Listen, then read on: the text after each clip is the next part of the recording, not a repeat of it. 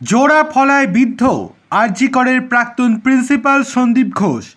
তাহলে কি আজকেই গ্রেপ্তার হবেন সন্দীপ? সেই সম্ভাবনা এবার আরও জোরালো হচ্ছে। আজ সকাল 6:45 অর্থাৎ 6:45 নাগাদ তার বাড়িতে হানা দিয়েছে কেন্দ্রীয় তদন্তকারী সংস্থা সিবিআই। একদিকে যখন খুন ও ধর্ষণ মামলায় তাকে জিজ্ঞাসাবাদ চালাচ্ছে সিবিআই, ঠিক সেই সময় আর্থিক দুর্নীতি মামলায় এবার তার বাড়িতে হানা দিয়েছে কেন্দ্রীয় তদন্তকারী সংস্থা সিবিআই। সঙ্গে রয়েছে বিশাল পরিমাণ কেন্দ্রীয় বাহিনী। কিন্তু কোন মামলাতে সন্দীপের বাড়িতে হানা দিয়েছে সিবিআই? আরজি কর হাসপাতালে প্রাক্তন অধ্যক্ষ সন্দীপ ঘোষের বেলেঘাটার বাড়িতে রবিবার সকালে পৌঁছে গিয়েছে সিবিআইয়ের একটি দল। শনিবার পর্যন্ত টানা 9 দিন ধর্ষণ ও খুনের তদন্তে সিবিআইয়ের সিজিও কমপ্লেক্সের দপ্তরে হাজিরা দিয়েছিলেন সন্দীপ। ওই হাসপাতালে আর্থিক অনিয়মের মামলায় তদন্তভার সিবিআইয়ের হাতে দিয়েছে আদালত। আর্থিক অনিয়মের মামলায় শনিবার সিবিআই এফআইআরও করেছে। এরপর এই মামলায় তার বাড়িতে এসেছেন আধিকারিকেরা।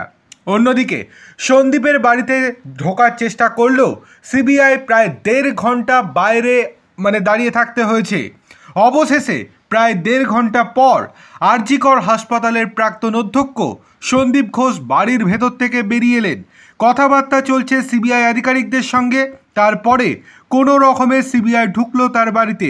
কিন্তু প্রশ্ন উঠছে, এই 1.5 ঘন্টা কি করছিল সন্দীপ বাড়ির ভেতরে? তাহলে কি কোনো তথ্য প্রমাণ লোপাট করার চেষ্টা চালাচ্ছিল সন্দীপ? কোনো কিছু কি পুড়িয়ে ফেলছিল? সেই প্রশ্ন কিন্তু উঠতে শুরু করে দিয়েছে। অন্যদিকে আরজি কর মেডিকেল কলেজ মামলায় আর্থিক দুর্নীতি মামলাতে আজ সকাল থেকে একাধিক জায়গায় হানা দিয়েছে সিবিআই গোয়েন্দারা। আজ হাওড়ার হাটগাছায় বিপ্লব দেবের বাড়িতে হানা দেয় সিবিআই গোয়েন্দারা। তিনি আরজি করে সাপ্লায়ারের কাজ করতেন।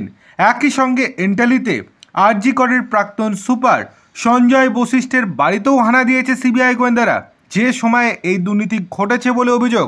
এছাড়াও ফরেন্সিক হেডের বাড়িতেও হানা দিয়েছে কেন্দ্রীয় তদন্তকারী সংস্থা সিবিআই। দেখার বিষয় এই যে কয়েকটি জায়গাতে হানা দিয়েছে, সেই কয়েকটি জায়গাতেই বিশাল পরিমাণ কেন্দ্রীয় বাহিনী নিয়েই তারা উপস্থিত হয়েছে। যদি কোনো অশান্তি সৃষ্টি হয় সেই জন্য আগে ভগেই তারা নিরাপত্তা নিয়েই তারপর গিয়েছে।